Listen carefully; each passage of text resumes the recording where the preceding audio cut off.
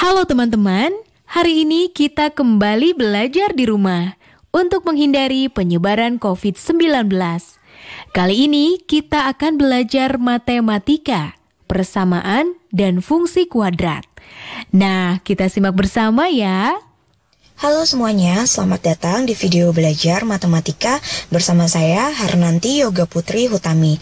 Di course pertama, kita akan belajar tentang persamaan dan fungsi kuadrat. Di lesson pertama ini, kita akan belajar tentang konsep persamaan kuadrat. Sebelumnya, kita harus mengetahui dulu bagaimana bentuk umum persamaan kuadrat. Bentuk umum persamaan kuadrat yaitu AX kuadrat plus BX plus C sama dengan 0. Ini memiliki dua syarat yang harus dipenuhi, yaitu bahwa koefisien A, koefisien B, koefisien C harus merupakan anggota bilangan real. Dan yang kedua, bahwa nilai koefisien A itu tidak boleh sama dengan 0. Kenapa? Karena ketika koefisien A bernilai 0, maka nilai X kuadratnya akan hilang. Hanya sisa BX plus C sama dengan 0 saja. Dan itu bukan merupakan bentuk umum persamaan kuadrat. Setelah mengetahui bentuk umum persamaan kuadrat, kita harus mengetahui cara menentukan akar-akar persamaan kuadrat pembentuk persamaan kuadrat itu sendiri. Ada 3 cara untuk menentukan akar-akar persamaan kuadrat. Yang pertama dengan cara memfaktorkan. Cara memfaktorkan, kemudian kita akan mendapatkan nilai X1 dan X2 yang jika kita masukkan ke dalam persamaan ini akan memperoleh nilai persamaan kuadrat sesuai dengan bentuk umum di atas. Gimana sih cara memfaktorkannya? Yang pertama yaitu kita harus mencari faktor kali nilai yang menghasilkan koefisien A dan C, yaitu berapa dikali berapa yang hasilnya sama dengan nilai koefisien A dikali dengan koefisien C. Yang kedua, kita uji kembali hasil kali faktor tersebut yang jika dijumlahkan menghasilkan nilai koefisien B. Jadi berapa ditambah berapa yang ketika dikali itu sama dengan koefisien A dikali koefisien C, dan jika dijumlahkan menghasilkan nilai koefisien B. Kita masuk ke contoh soalnya ya. Yang pertama, carilah akar-akar persamaan kuadrat dari X kuadrat ditambah 12X ditambah 32 sama dengan 0. Kita lakukan langkah yang pertama, yaitu kita cari faktor pengali untuk koefisien A dikali koefisien C yang juga menghasilkan nilai penjumlahan menghasilkan nilai B. Dari persamaan tersebut kita dapatkan nilai koefisien A yaitu 1, koefisien B yaitu 12, dan C-nya adalah 32. Untuk menghasilkan penjumlahan B yaitu 12X, kita dapatkan 4X tambah 8X. Bisa juga kita cari misalnya 1X tambah 12X atau berapapun yang, tapi ketika kita kalikan hasilnya harus sama dengan 1 dikali 32 sama dengan 32. Nah, kita cari faktor pengalinya A dikali C yaitu 1 kali 32 yaitu 32 dan jumlahnya adalah 12. Kemudian kita dapatkan beberapa kemungkinan. Misalnya yang pertama 1 dikali 32, ketika dikalikan hasilnya 32. Kemudian atau 4 kali 8 yang juga ketika dikalikan hasilnya 32. Kemudian kita punya 16 kali 2 yang ketika dikalikan juga hasilnya 32. Tapi yang mana yang benar? Nah, yang benar itu ketika kita cari yang hasil jumlahnya adalah 12. Dari sini kita bisa dapat 4 kali 8. Yaitu 4 kali 8 sama dengan 32 dan 4 tambah 8 sama dengan 12. Nah, maka selanjutnya kita sederhanakan menjadi X tambah 4 dikali dengan X tambah 8 sama dengan 0. Ini memenuhi koefisien X tambah 4 harus sama dengan 0 dan X tambah 8 harus sama dengan 0. Dari sini kita dapatkan X1-nya adalah negatif 4 dan X2-nya adalah negatif 8. Kita harus mengecek kembali apakah nilai X1 dan X2 ini sudah memenuhi persamaan kuadrat. Nah, cara membentuk persamaan kuadrat jika diketahui nilai akar-akarnya bisa kita cari dengan menggunakan persamaan yang pertama ini, yaitu X dikurang X1 dikali dengan X dikurang X2 sama dengan 0. Kita masukkan X1 dan X2-nya yaitu negatif 4 dan negatif 8. Misalnya, kita lakukan perhitungan seperti ini. X kuadrat dikurang hasil penjumlahannya negatif 4 tambah negatif 8 dikali X, itu sama ditambah negatif 4 dikali negatif 8, hasilnya harus sama dengan X kuadrat tambah 12X tambah 32. Ternyata setelah kita hitung hasilnya benar, maka nilai X1 negatif 4 dan X2 negatif 8 adalah akar-akar persamaan kuadrat yang memenuhi persamaan kuadrat tersebut.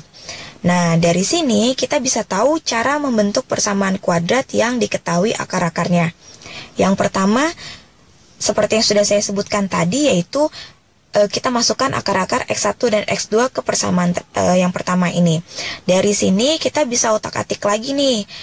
Ketika masing-masing kita kalikan dan kita jumlahkan, kita dapatkan X dikali X, X dikali X, kemudian kita jumlahkan negatif X1 dikali X ditambah dengan X dikali negatif X2, kemudian hasilnya adalah seperti ini, berarti dikurang X1 tambah X2 dikali X, kemudian negatif X dikali negatif X2, hasilnya adalah seperti ini.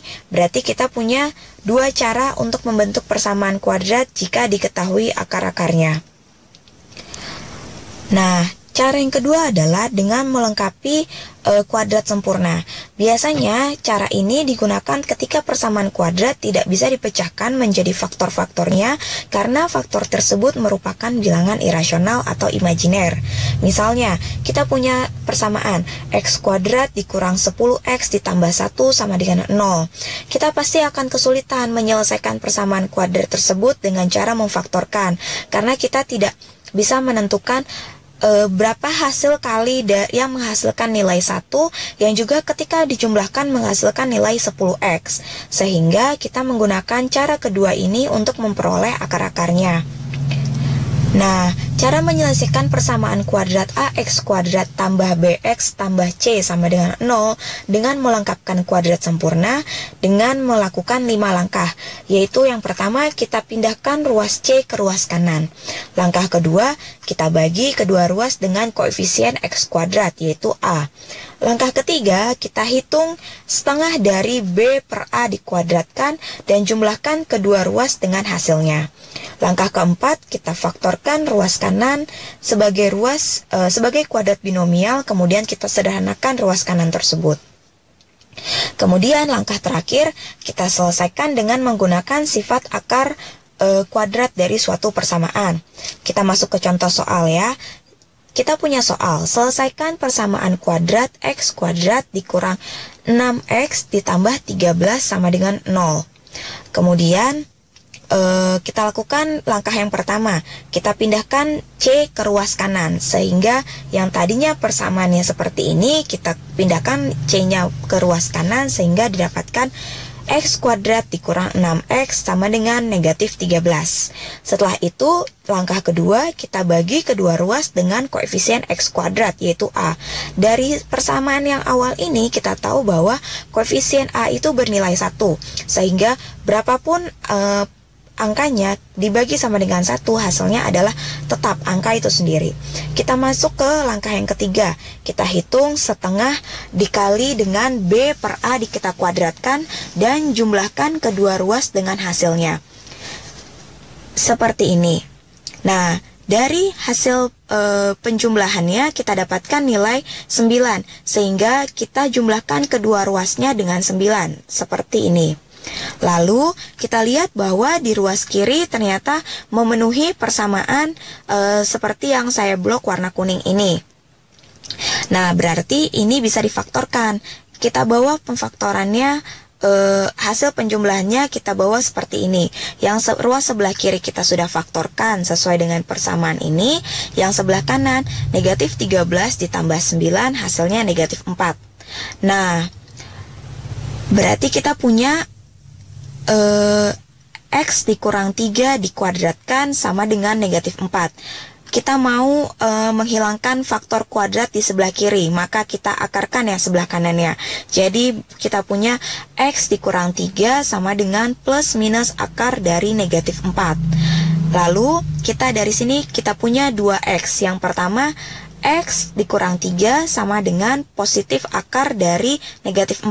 Kita dapatkan X yang pertama adalah 3 tambah akar dari negatif 4 atau 3 ditambah 2i.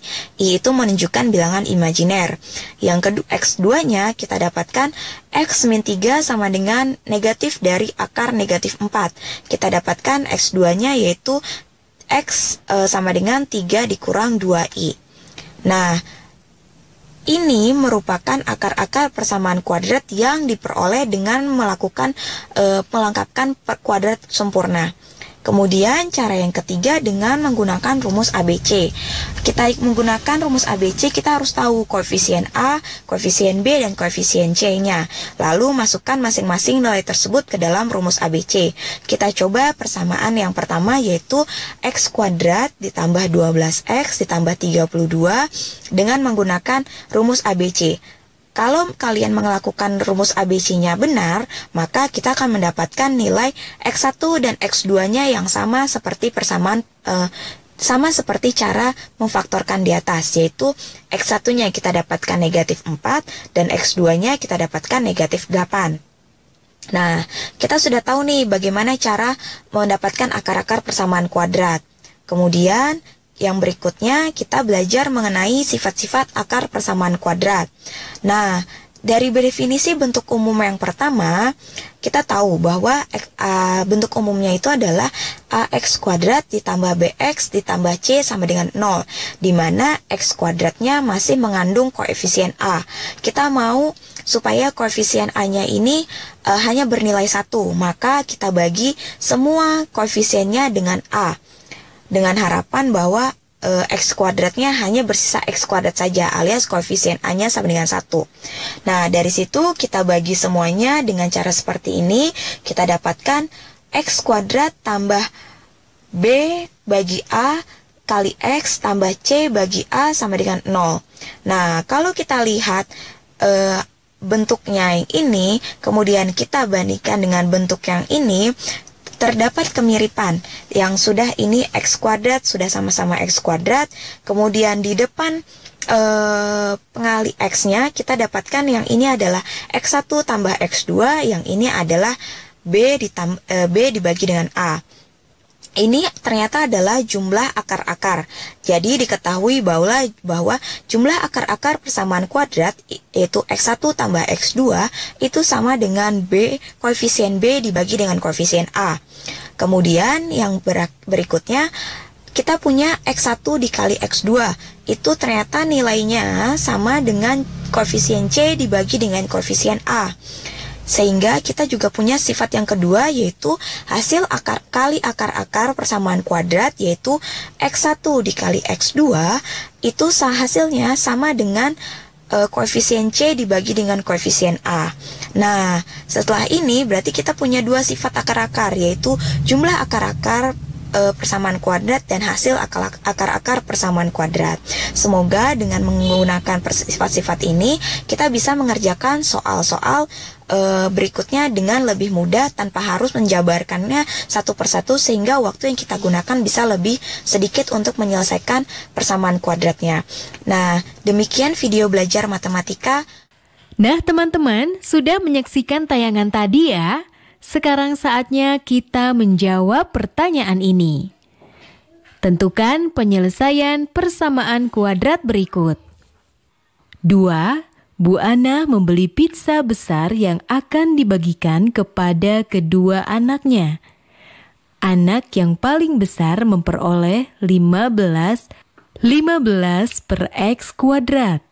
Dan anak paling kecil memperoleh 2 per X sehingga pizza tersebut tidak tersisa.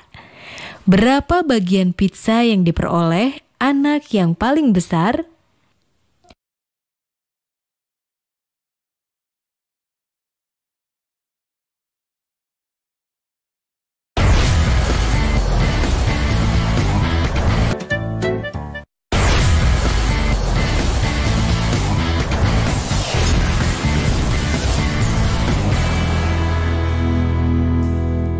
Pada kesempatan ini saya ingin berbagi tentang cara mencari persamaan kuadrat yang diketahui akar-akarnya.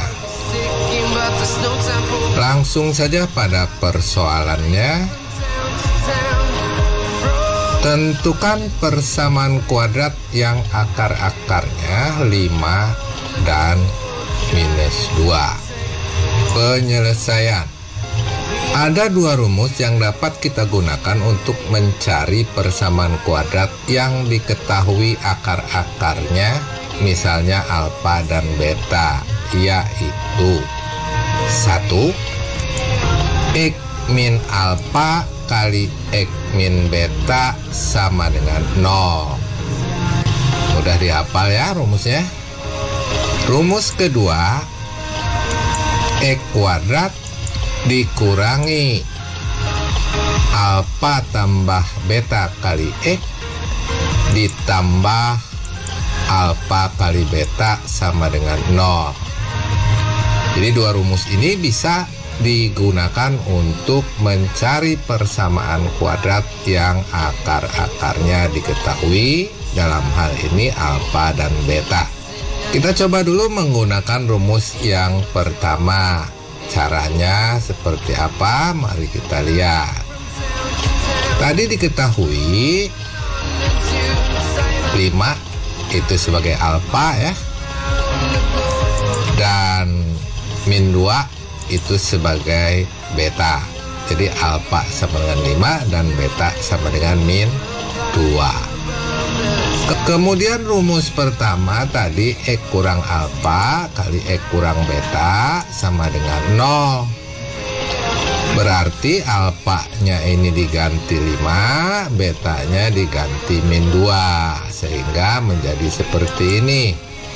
X kurang 5 kali X kurang min 2 sama dengan 0. Atau kita ubah menjadi X kurang 5 kali X tambah 2 sama dengan 0. Ini min kali min jadi plus ya, diingat. Nah, berarti kita sudah selesai penyusun persamaan kuadrat yang akar-akarnya 5 dan min 2. Loh, kok tidak ada kuadratnya? Nah, tinggal mengalihkan saja. X kurang 5 kali X tambah 2 kita kalikan seperti ini ya. Kita lihat bagaimana cara mengalihkannya. X kali X menghasilkan X kuadrat. Yang kedua, X kali plus 2 menghasilkan plus 2X. Yang ketiga, min 5 kali X menghasilkan min 5X. Dan yang keempat, min 5 kali plus 2 menghasilkan min 10 sama dengan 0. Jadi seperti itu cara mengalihkannya ya, mudah ya. Kemudian kita sederhanakan. X kuadrat tetap plus 2X dikurangi 5X menjadi min 3X, min 10 tetap sama dengan 0. Selesailah sudah. Inilah persamaan kuadrat yang dimaksud. Bagaimana kalau menggunakan rumus 2? Coba kita lihat. Menggunakan rumus 2 sebagai berikut. Diketahui tadi sebagai alfanya 5 dan sebagai betanya minus 2. Rumusnya tadi adalah X kuadrat dikurangi alfa tambah beta kali X ditambah alfa kali beta sama dengan 0. Jadi sama seperti tadi, alfa kita ganti 5 dan beta kita ganti minus 2 menjadi seperti ini ya. X kuadrat dikurangi 5 tambah min 2 kali X tambah 5 kali min 2 sama dengan 0. Kita sederhanakan menjadi X kuadrat dikurangi 5 tambah min 2, 3 ya, jadi 3X plus 5 kali min 2 jadi min 10 ya, sama dengan 0.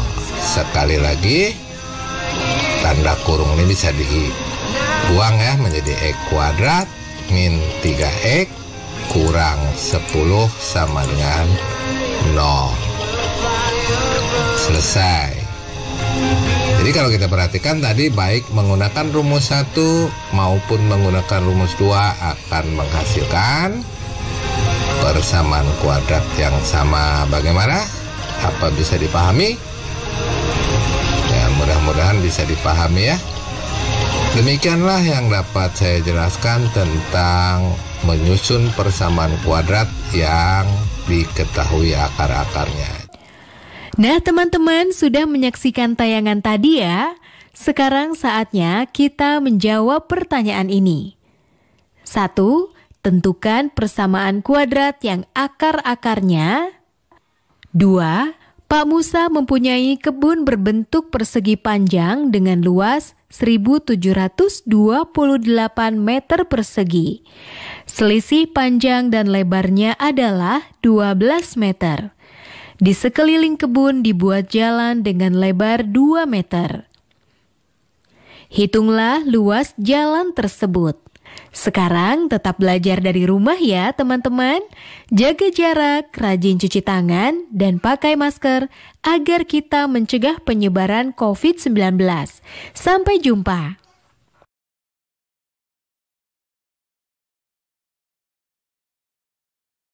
Yuk bantu Kemendikbud menjadikan program belajar dari rumah di TVRI lebih baik dan menyenangkan untuk kamu. Ikuti survei evaluasi program belajar dari rumah di TVRI. Isi survei program belajar dari rumah di tautan berikut. Jangan lupa ajak orang tua dan gurumu juga ya.